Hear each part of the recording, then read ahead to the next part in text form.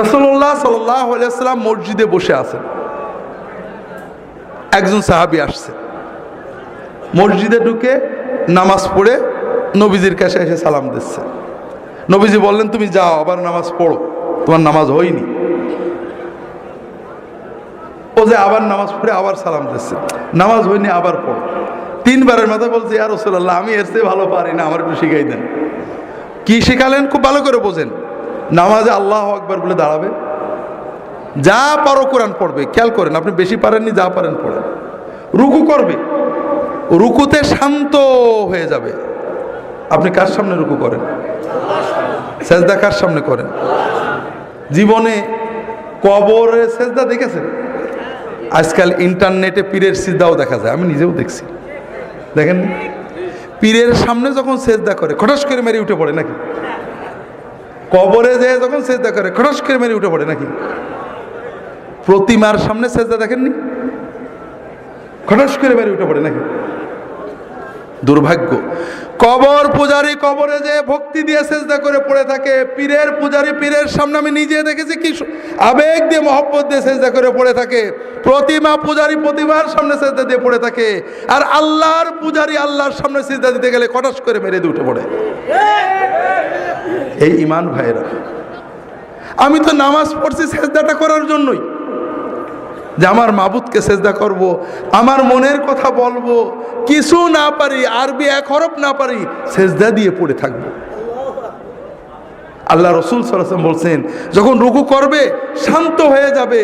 তুমি তো রুকু করতে আসো, আমরা আল্লাহর সামনে নত হয়ে নিজের দাসত্ব প্রকাশের জন্যই তো নামাজে দাঁড়াইছি।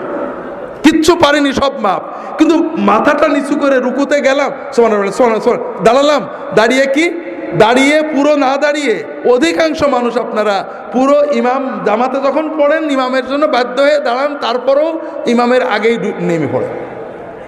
আর যখন একা পড়ে সুন্নত, হাই হাই কি পোড়া কপাল, রুকুতে সামি আল্লাহু লিমান হামিদা কি করে বলে জানি না, এইটুকুটাই সেজদা ছিল। সেজদা আল্লাহু আকবার আল্লাহু আকবার আল্লাহু আকবার, মানে একেবারে সোজা হয়ে বসে না। বিশ্বাস করেন, আল্লাহ রাসূল সাল্লাল্লাহু আলাইহি ওয়াসাল্লাম বলেছেন, লাউ মাতা হাযা আলা হাযা লামাতা আলা গায়রি মিল্লাতি মুহাম্মদ সাল্লাল্লাহু আলাইহি ওয়াসাল্লাম। কেউ যদি তার রুকু সেজদা চুরি করে এইভাবে ভাঙড়ি নামাজ পড়ে, মরগ মার্কা নামাজ পড়ে, কটস কটস করা নামাজ পড়ে মরে, ও আমার উম্মত হয়ে মরতে পারবে না। আপনার সব অসুবিধা আছে, কাপড় পাক নেই মাপ, টুপি নেই মাপ, ওযু নেই মাপ, আপনি সেজদায় কেন থাকলেন না? কোন অভিযোগ ছিল আপনার? বড় কষ্ট লাগে ভাইরা। এই জন্য আমার কথা হলো, অন্য যাই হোক, অন্তত নামাজ আমার সবচেয়ে বড় ইবাদত। আল্লাহ এবং বান্দার মাঝখানে আমার মারিফত, মূল তরিকত, মূল ইবাদত। সেই ইবাদতে আর কিছু না পারি, আমি যে আমার মাবুদের সামনে দাঁড়াইছি, আমার মাবুদ আমার দিকে তাকিয়ে আছে, আমার অন্তর দেখছে, আমার চোখ দেখছে, আমার ইবাদত দেখছে, আমি অন্তত সেই আবেগ নিয়ে দাঁড়াই। কথা বুঝতে পারছেন? আর কিছু না পারি। আপনারা অনেকে বৃদ্ধ হয়ে গিয়েছেন, সূরা কেরাত ঠিক করে পড়তে পারেন না, ভুল হয়ে যায়, হতেই পারে, কিন্তু রুকুতে যে সুবহানা রাব্বিয়াল আযীম সুন্দর করে যতটুকু পারেন বেশি বেশি বলার চেষ্টা করেন। ভাই, আল্লাহর সামনে মাথা নত করে বলবেন। মানুষ পীরের সামনে মাথা নত করে সেজদা করে কত কথা বলে, হাউমাউ করে আমাদের মতো বদকারদের পা জড়িয়ে ধরে হাউমাউ করে কান্দে, আর আপনি আল্লাহর সামনে মাথা নত করে কাঁদতে পারেন না, আপনি কিসের বান্দা? তো ভাইরা, এই জন্য রুকু সেজদাগুলো ঠিক করেন। রুকু থেকে উঠে রব্বানা লাকাল হামদ হামদান কাসীরান তাইয়িবান মুবারাকান ফি, অন্তত কিছু না পারেন এই কথাগুলো সুন্দর করে বলেন। তাও যদি না পারেন, অন্তত একেবারে পুরো হয়ে শান্ত হয়ে দাঁড়ান।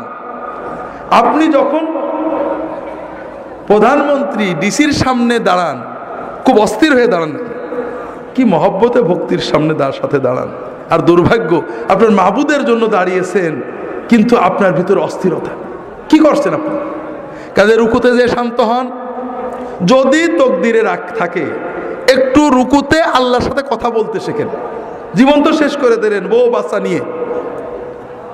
আল্লাহ রাসূল সাল্লাল্লাহু আলাইহি ওয়াসাল্লাম রুকুতে বিভিন্ন দোয়া পড়তেন, আমার রাহে বেলায়েতে পাবেন, সহিহ মাসনুন ওজিফাও একটা থাকতেও পারে, দোয়াগুলো পড়বেন। ছোট ছোট, এত বড় কিছু না। সুবহান কুদ্দুসুন রব্বুল মালাইকাতুর রূহ।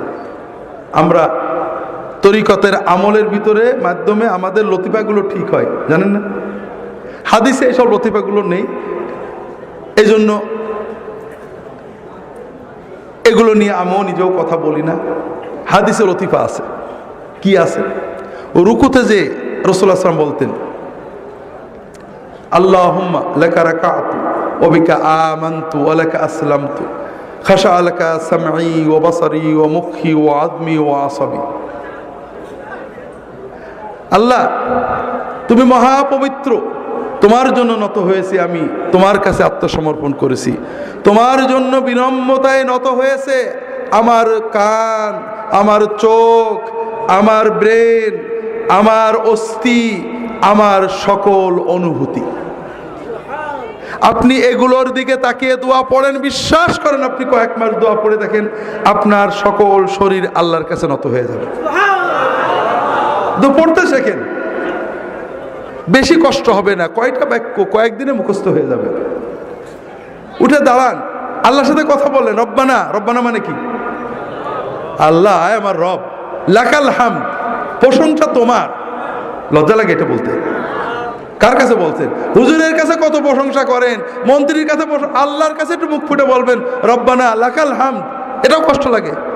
ধবাস করে চলে গেলেন সেজদায়, আল্লাহু আকবার বলে মহব্বতের সাথে সেজদায় যান। আল্লাহ রাসূল সাল্লাল্লাহু আলাইহি ওয়াসাল্লাম বলছেন, আকরাবু মা ইয়াকুনুল আবদু মিনাল্লাহি ওয়া হুয়া সাজিদ। বান্দা যখন নামাজে সেজদা দেয়, আল্লাহর সবচেয়ে কাছে বান্দা চলে যায়। ফাকসিরু ফীহি মিনাদ দুআ ফাইন্নাহু কামিনুন আইস্তাজাবা লাকুম।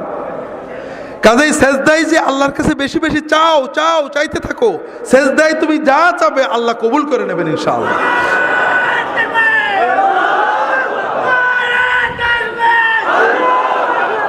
যেটা বলছিলাম ভাইরা, কাজেই সেজদায় আল্লাহর কাছে চাইতে হবে। তবে রাসূলুল্লাহ সাল্লাল্লাহু আলাইহি ওয়াসাল্লামের শেখানো সুন্নত মাসনুন দোয়াগুলো চাইবেন। ছোট ছোট দোয়া, কি মজার দোয়া, সব চাওয়া হয়ে যায়। আল্লাহুম্মা ইন্নী আসআলুকাল হুদা ওয়াত তুকা ওয়াল আফাফা ওয়াল গিনা। কতটুক সময় লাগলো? মানে কি?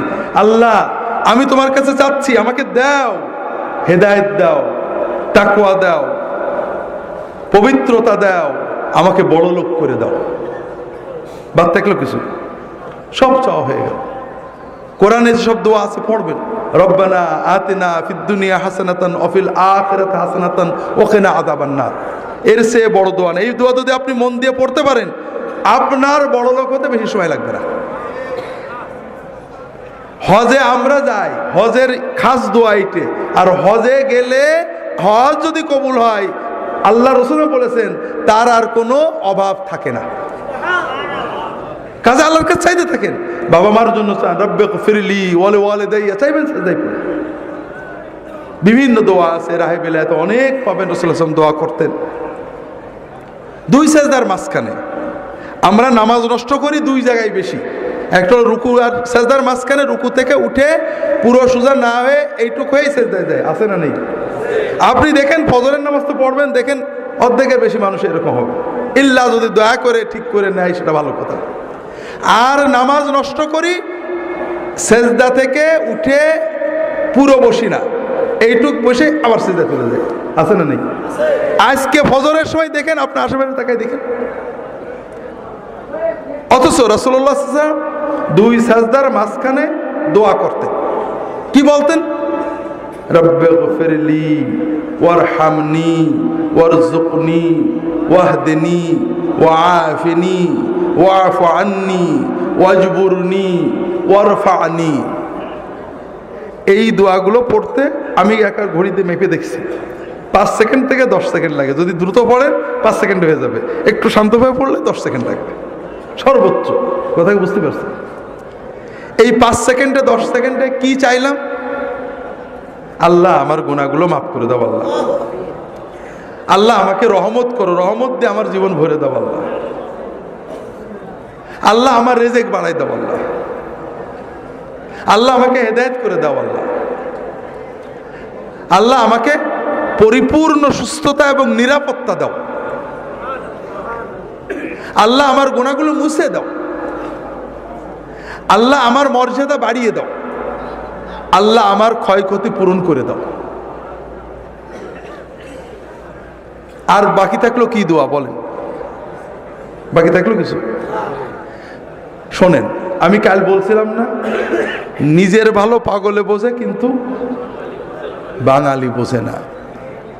আপনারা যে হুজুরদের কাছে, আলেমদের কাছে দোয়া চাইতে যান, এইগুলো নিয়েই তো।